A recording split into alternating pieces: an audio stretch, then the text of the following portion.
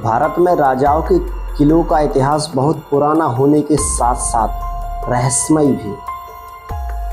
जहां एक तरफ ये किले भारत की शान बनते हैं, खूबसूरत नक्काशी के गवाह बनते हैं, वहीं दूसरी तरफ आज भी ये कहीं ना कहीं कई रहस्यों की पहचान भी समेटे हुए हैं। ऐसा ही एक किला मध्य प्रदेश के भोपाल में स्थित है, जिसके बारे में यूं तो कई प्रचलित कथाएं मौजूद हैं, लेकिन एक ऐसी कहानी भी है जो सबसे ज्यादा सुनने में आती है और जो खौफ और आश्चर्य से भरपूर है। उस कहानी के मुताबिक ऐसा कहा जाता है कि पुराने समय में शासन कर रहे राजा ने खुद अपनी ही रानी का सिर काट दिया था। क्या ये पूरी कहानी और भोपाल में छिपे हुए इस किले का रहस्य जानते हैं विस्तार से। दरअसल जिस किले की हम बात कर रहे हैं वो है रायसेन फोर्ट, यानी कि रायसेन का किला। सन 1200 ईस्वी में निर्मित यह किला पहाड़ी की चोटी पर स्थित है। यह प्राचीन वास्तुकला और गुणवत्ता का एक अद्भुत प्रमाण है, जो कई शताब्दियां बीत जाने के बाद भी शान से उसी तरह खड़ा है जैसा पहले था। बलुआ पत्थर से बने इस किले के चारों ओर बड़ी बड़ी चट्टानों की दीवारें हैं। इन दीवारों के 9 द्वार और 13 बुर्ज हैं। रायसेन फोर्ट का एक शानदार इतिहास रहा है। यहाँ कई राजाओं ने शासन किया है, जिनमें एक शेरशाह सूरी भी था।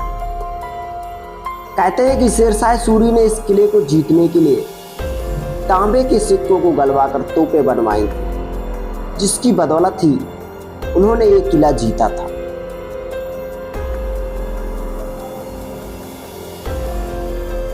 हालांकि कहा जाता है कि 1543 ईस्वी में इसे जीतने के लिए शेरशाह सूरी ने धोखे का सहारा भी लिया था। उस समय इस किले पर राजा पूरनमल का शासन था। उन्हें जैसे ही ये पता चलता है कि उनके साथ धोखा हुआ है, तो उन्होंने दुश्मनों से अपनी पत्नी रत्नावली को बचाने के लिए उनका सिर स्वयं ही काट दिया था। इस किले से जुड़ी एक बेहद ही रहस्यमय कहानी है। कहते हैं कि यहाँ के राजा राजसेन के पास पारस पत्थर था, जो लोहे को भी सोना बना सकता था। इस रहस्यमय पत्थर के लिए कई युद्ध भी हुए थे, लेकिन जब राजा राजसेन हार गए तो उन्होंने पारस पत्थर को किले में ही स्थित एक तालाब में फेंक दिया। कहा जाता है कि कई राजाओं ने इस किले को खुदवाकर पारस पत्थर को खोजने की कोशिश की, लेकिन उन्हें सफलता नहीं मिली। आज भी लोग यहाँ रात के समय पारस पत्थर की तलाश में तांत्रिकों को अपने साथ लेकर जाते हैं, लेकिन उन्हें निराशा ही हाथ लगती है। इसको लेकर ये कहानी भी प्रचलित है कि यहाँ पत्थर ढूंढने को आने वाले कई लोग अपना मानसिक संतुलन खो चुके हैं, क्योंकि पारस पत्थर की रक्षा एक जिन्न करता है। हालांकि पुरातत्व विभाग को अब तक ऐसा कोई भी सबूत नहीं मिला जिससे कि पता चले कि पारस पत्थर इसी किले में मौजूद है, लेकिन कहीं सुनी कहानियों की वजह से लोग चोरी छिपे पारस पत्थर की तलाश में पहुंचते हैं।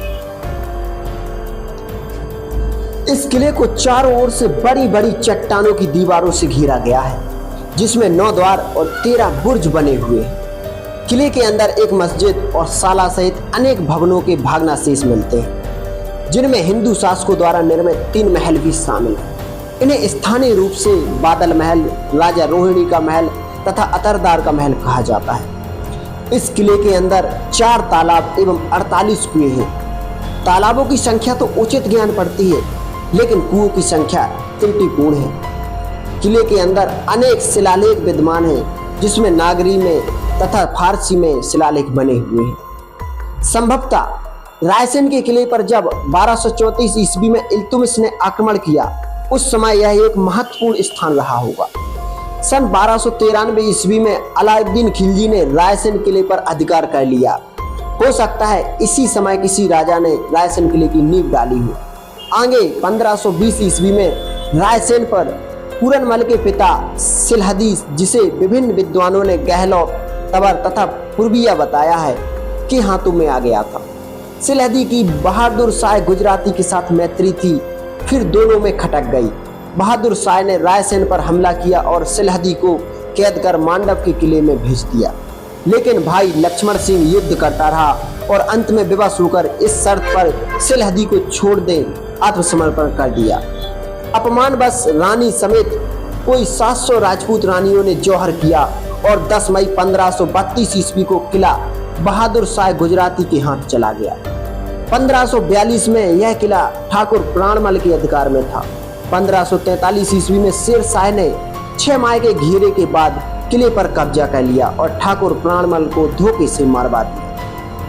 रायसेन किले पर गोंडों का कब अधिकार रहा इसकी निश्चित जानकारी तो नहीं, लेकिन संभवतः मुगलों के आधिपत्य के पूर्व और शेर शाह के पतन के बाद यह संग्राम शाह के 52 गढ़ों में शामिल रहा। जो भी हो, 1564 ईस्वी में इसे अकबर ने अपने राज्य में मिला लिया था। किले में प्रवेश के साथ दाईं तरफ लगभग 200 मीटर की दूरी पर शिव मंदिर के सामने बादल महल बना है। बादल महल इसलिए क्योंकि यहाँ सबसे ऊंचा है। यह लगभग 200 वर्ग फुट के मैदान में स्थित है। प्रवेश द्वार बीच से न होकर थोड़ा दाईं तरफ से बना 6 फुट चौड़ा 12 फुट ऊंचा पिरामिड मेहराब से सज्जित है। सामने की मुख्य दीवार पहले ध्वंस अवशेषों से बनी हुई है, जिसमें पुराने खंभे साफ देखे जा सकते हैं। बादल महल के बाईं तरफ से हम पीछे सात रानी महल में पहुंचते हैं। यह लगभग 300 फुट लंबा और 210 फुट चौड़ा है, जिसमें चारों तरफ 3 मंजिला 7 विशेष कमरे बने हैं, जिनमें बाईं तरफ 3 सामने और 3 दाईं तरफ स्थित हैं। ये सभी कमरे आपस में 2 मंजिला निर्माण से जुड़े हैं और लगभग समान आकार के सादे खंभों पर बने हैं। कुछ कमरों के सामने खुला बरामदा भी बना है। कमरों के सामने से सीढ़ियां बनी हुई जो दूसरी मंजिल तक जाती हैं और तीसरी मंजिल का निर्माण सादे खंभों के सहारे बना हुआ है। इसके ऊपर एक छत बेलनाकार मंडप के रूप में बनी हुई है। झिंझरी महल, यह सातरानी महल के दाईं ओर से बना हुआ है। स्थानीय लोग इसे झिंझरी महल कहते हैं और बतलाते हैं कि राजा ने झिंझरी नाम की रानी, जो बहुत सुंदर थी, उसके लिए यह बनवाया था। इसके भग्नावशेष बहुत सुंदर हैं। इसमें प्रवेश करते ही एक सामने बरामदा जो दाईं तरफ से महल के आंगन में खुलता है। महल का पूरा निर्माण 2 मंजिला है, जो 7 मंडपों में से बटा हुआ है। पहले भाग में आंगन जो 70 फुट लंबा और 50 फुट चौड़ा बना है और दूसरे भाग में महल की भग्नावशेष महल में टूट फूट ज्यादा हो गई है, जिससे इसकी मूल रूपरेखा थोड़ी बिगड़ सी गई है।